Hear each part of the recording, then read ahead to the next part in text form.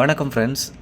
Insurance சேனலுக்கு உங்களை எல்லோரும் அன்புடன் வரவேற்கிறேன். இன்றைக்கி நம்ம என்ன வீடியோ பார்க்க போகிறோம் அப்படின்னா, how to file a life insurance claim, அதை பற்றி தாங்க பார்க்க போகிறோம். அதாவது இன்சூரன்ஸ் எடுத்தவர் இறந்துட்டார் அப்படின்னா அவங்களோட நாமினி எப்படிலாம் கிளைமை ப்ராசஸ் பண்ணி வாங்குறது, சரிங்களா? இன்சூரன்ஸ் கம்பெனிலேருந்து எப்படி கிளைம் ப்ராசஸ் பண்ணுறது, ஸோ அதுக்கு என்னென்ன step by step complete guidance கொடுக்கறதுக்காக தான் இந்த வீடியோ நம்ம போட்டிருக்கோம், சரிங்களா?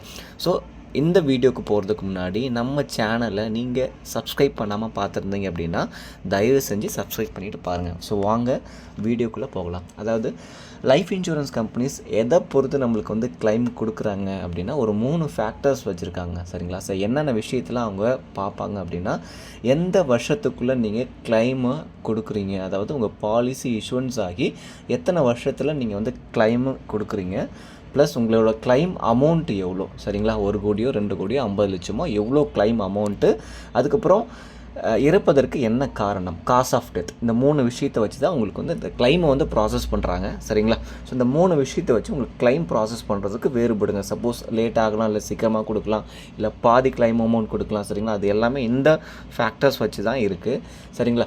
ஸோ அப்போ ஐஆர்டிஐ என்ன சொல்கிறாங்க அப்படின்னு பார்த்துக்கலாம், ஓகேங்களா? ஐஆர்டிஐனா என்ன அப்படின்னா, insurance regulatory and development authority of India. எப்படி பேங்க்குக்கெலாம் ஆர்பிஐ கண்ட்ரோல் பண்ணுறாங்களோ, ஸோ அதே மாதிரி இன்சூரன்ஸ் கம்பெனிஸ் எல்லாமே இந்த ஐஆர்டிஐ தாங்க கண்ட்ரோல் பண்ணுறாங்க. ஸோ அவங்க என்ன சொல்கிறாங்க அப்படின்னா, அதாவது நீங்கள் எல்லா டாக்குமெண்ட்ஸும் சப்மிட் பண்ணதுக்கப்புறம், இன்சூரன்ஸ் கம்பெனிக்கு சப்மிட் பண்ணதுக்கப்புறம், அதாவது 120 நாளுக்குள்ளே உங்கள் கிளைம் கண்டிப்பாக செட்டில் பண்ணியிருக்கணும் இன்சூரன்ஸ் கம்பெனிஸ் அப்படின்னு சொல்லியிருக்காங்க, சரிங்களா? பட் அதாவது அதுக்கப்புறம் இன்வெஸ்டிகேஷன் பண்ணுவாங்க. நீங்கள் கிளைம் கொடுத்ததுக்கப்புறம், அதாவது இறப்பு எப்படி நடந்தது அப்படின்னு சொல்லிட்டு இன்வெஸ்டிகேஷன் பண்ணுவாங்க இன்சூரன்ஸ் கம்பெனிஸு, சரிங்களா? பட் ஆனால் நீங்கள் பாலிசி இஷ்யூன்ஸ் ஆகி 3 வருஷத்துக்கு அப்புறம் பாலிசிதாரர் இறந்தார் அப்படின்னா, ஸோ அந்த மாதிரியான கிளைம்க்கு வந்து இன்வெஸ்டிகேஷன் இல்லாமல் உங்களுக்கு கிளைம் அமௌண்ட் கொடுத்துருவாங்க, சரிங்களா? ஸோ அதுவும் எத்தனை நாளுக்குள்ளே கொடுக்கணும் அப்படின்னா 30 நாளுக்குள்ளே நீங்கள் கொடுக்கணும், சரிங்களா? இன்சூரருக்கு நீங்கள் டாக்குமெண்ட்ஸ் எல்லாமே சப்மிட் பண்ணதுக்கப்புறம் இன்சூரன்ஸ் கம்பெனி உங்களுக்கு வித்தின் 30 டேஸ்க்குள்ளே 30 நாளுக்குள்ளே உங்களுக்கு கிளைம் அமௌண்ட்டை கண்டிப்பாக கொடுத்துருவாங்கங்க, சரிங்களா? பட் அந்த 3 வருஷத்துக்குள்ளே நீங்கள் இறந்தீங்க, உங்கள் நாமினி கிளைமுக்கு போகிறாங்க அப்படின்னா கண்டிப்பாக ஒரு ப்ராப்பர் இன்வெஸ்டிகேஷன் பண்ணி உங்களோட இறப்பு எப்படி நடந்தது அப்படின்னு சொல்லிட்டு இன்வெஸ்டிகேஷன் பண்ணி தான் அதுக்கப்புறம் கொடுப்பாங்க கிளைம் அமௌண்ட். பட் ஆஃப்டர் 3 இயர்ஸ்க்கு அப்புறம் இந்த இன்வெஸ்டிகேஷன் இருக்காது, டேரெக்டாக கிளைம் அமௌண்ட் கொடுத்துருவாங்க, சரிங்களா? ஸோ அதுக்கப்புறம் இதில் என்னென்ன ஸ்டெப்ஸ் இருக்குங்க, சரிங்களா? ஒரு கிளைம் நம்ம ப்ராசஸ் பண்ண போகிறோம், அதில் என்னென்ன விஷயங்கள் இருக்குன்னு சொல்லிட்டு பார்த்துடலாம்.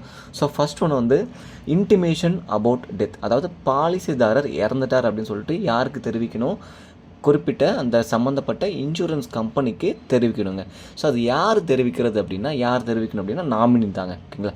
ஸோ நாமினி பக்கத்தில் இருக்கிற இன்சூரன்ஸ் கிளைக்கோ இல்லை வந்து த்ரூ ஆன்லைன் மோட்லேயோ இதை வந்து இன்டிமேட் பண்ணணும், ஓகேங்களா? பாலிசிதாரர் இறந்துட்டாருன்னு சொல்லிட்டு கண்டிப்பாக இன்டிமேட் பண்ணணும். ஸோ அதுதாங்க ஃபஸ்ட்டு ஸ்டெப்பு.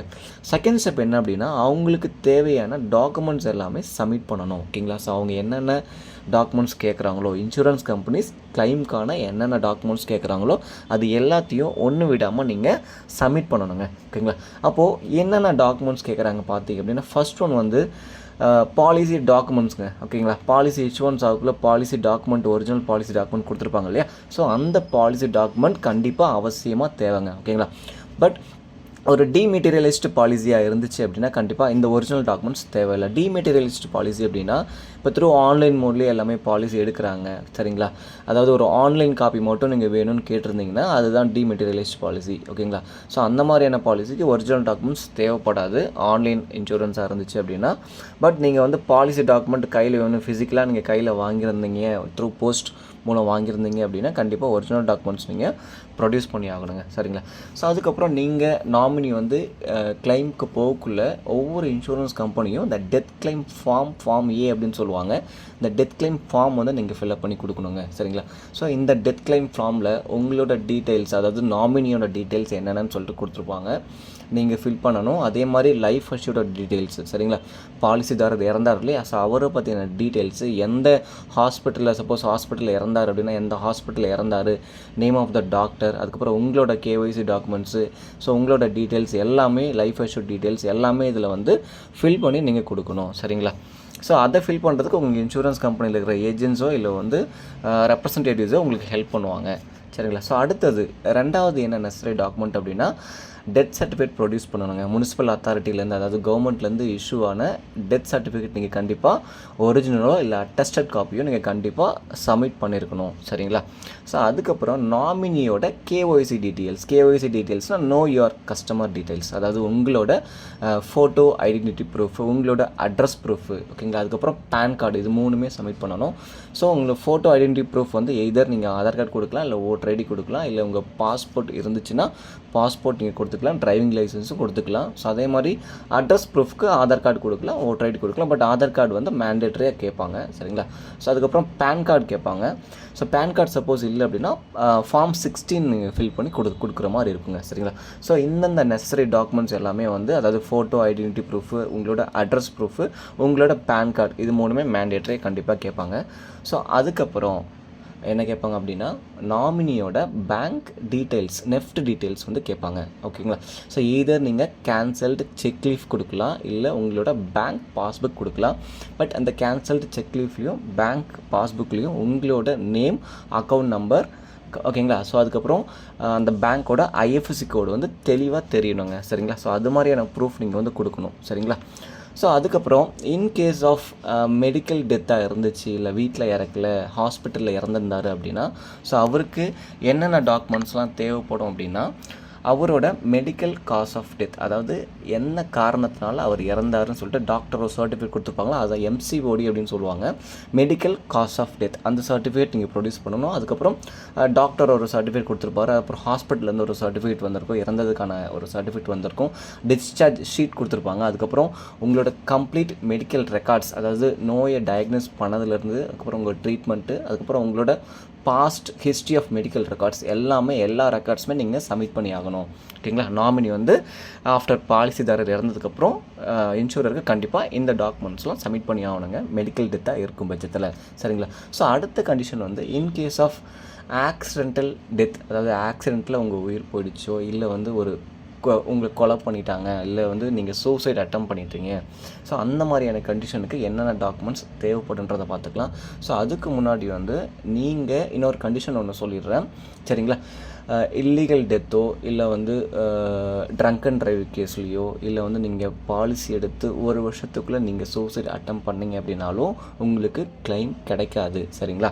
ஸோ அதையும் நீங்கள் ஞாபகம் வச்சுக்கணும்.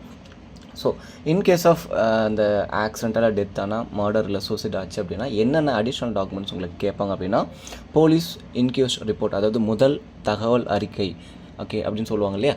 ஸோ அதுதான் வந்து கேட்பாங்க. ஸோ அதுக்கப்புறம் வந்து first information report, FIR copy கேட்பாங்க. ஸோ அதுக்கப்புறம் போஸ்ட்மார்ட்டம் ரிப்போர்ட்டு, இது 3மே அவசியமாக தேவை.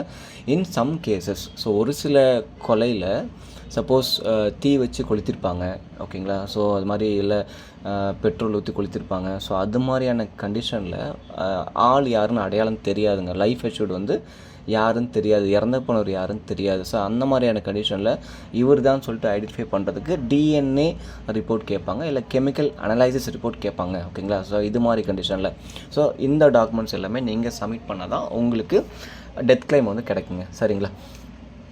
ஸோ ஒரு சில கண்டிஷனில் அந்த உங்களோட கிளைம் வந்து ரிஜெக்ஷன் ஆகிறதுக்கு இருக்குங்க. சரிங்களா. ஸோ ஒரு சில காரணங்களால் நீங்கள் பொய் சொல்லி பாலிசி எடுத்துருக்கலாம். சரிங்களா. இல்லை வந்து ஒரு இல்லீகல் டெத்தாக இருக்கலாம், ஒரு ட்ரங்க் அண்ட் டிரைவாக இருக்கலாம், இல்லை வந்து நீங்கள் வந்து சூசைட் அட்டம் பண்ணியிருக்கலாம் 1 வருஷத்துக்குள்ளே. சரிங்களா. ஸோ அந்த மாதிரியான சில கண்டிஷன்ஸ் வந்து இருக்குங்க. உங்கள் கிளைமை இன்சூரன்ஸ் கம்பெனி ரிஜெக்ட் பண்ணுறதுக்கு என்னென்ன காரணங்கள்னு சொல்லிட்டு தனியாக ஒரு வீடியோ போட்டிருக்கோம். ஸோ அந்த வீடியோட லிங்க் இங்கே கொடுத்துருக்கோங்க. ஸோ அதையும் பார்த்துக்கோங்க. ஸோ அதுக்கப்புறம் உங்களுக்கு டேர்ம் இன்சூரன்ஸ் எடுக்கிறதுக்கு முன்னாடி ஏதாவது சந்தேகங்கள் இருந்தது அப்படின்னா ஸோ கண்டிப்பாக அதுக்கும் ஒரு வீடியோ போட்டிருக்கோங்க. ஸோ அதையும் போய் பாருங்கள். சரிங்களா. ஸோ இந்த வீடியோ உங்களுக்கு பிடிச்சிருக்குன்னு கண்டிப்பாக நினைக்கிறேன். ஸோ மீண்டும் அடுத்த வீடியோவில் இதை விட ஒரு பெஸ்ட்டான வீடியோவில் சந்திப்போம். ஸோ சப்ஸ்கிரைப் பண்ணுங்கள், லைக் பண்ணுங்கள், ஷேர் பண்ணுங்கள். Thank you friends. தேங்க்யூ.